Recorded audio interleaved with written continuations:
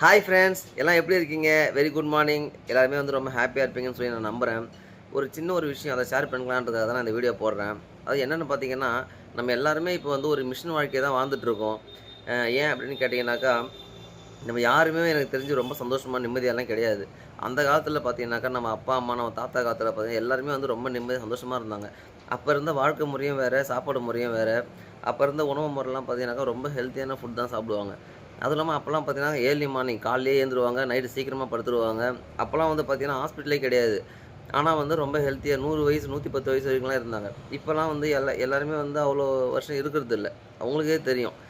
ஒரு 3 ஸ்டாண்டர்ட் படிக்கிற பொண்ணு ஹார்ட் அட்டாக் வந்து இறந்திருக்கு. இதுமாரி நான் 2 இடத்துல கேள்விப்பட்டேன். அதெல்லாம் கேட்கும்போது ரொம்ப கஷ்டமா இருக்கு. அதுக்கு என்ன காரணம்னா, இப்ப இருக்க இந்த ஃபாஸ்ட் ஃபுட்டு நம்ம இதெல்லாம் தான் நம்ம சாப்பிடுறோம் அதிகமா. அதுவும் குழந்தைங்களுக்கு வந்து நம்ம சாப்பாடு நம்ம குடுக்கும்போது ரொம்ப ரொம்ப ஜாக்கிரதையா இருக்கணும். நம்ம கடையில ஒர்க் பண்ற பொண்ணு, அது நேத்து என்ட்ட சொல்லுச்சு.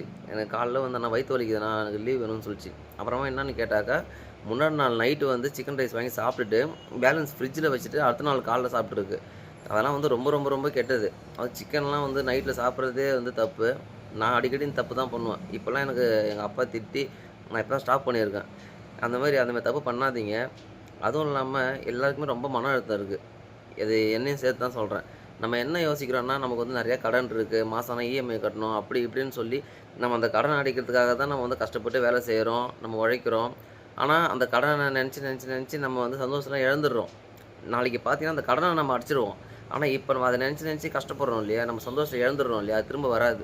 ஸோ, நான் என்ன சொல்ல வரேன்னா, எது எதுக்கு ஃபீல் பண்ணணுமோ, எது எதுக்கு கஷ்டப்படணுமோ, அதுக்கு கஷ்டப்படலாம். நம்ம அந்த கடனு, இஎம்ஐ அது இதுன்றதெல்லாம் நம்ம வந்து ஒரு நாளு கடன் இருக்குன்னு கஷ்டப்படுறோம். இந்த பொருள் வாங்க முடியல, அந்த பொருள் வாங்க முடியலன்னு கஷ்டப்படுறோம்.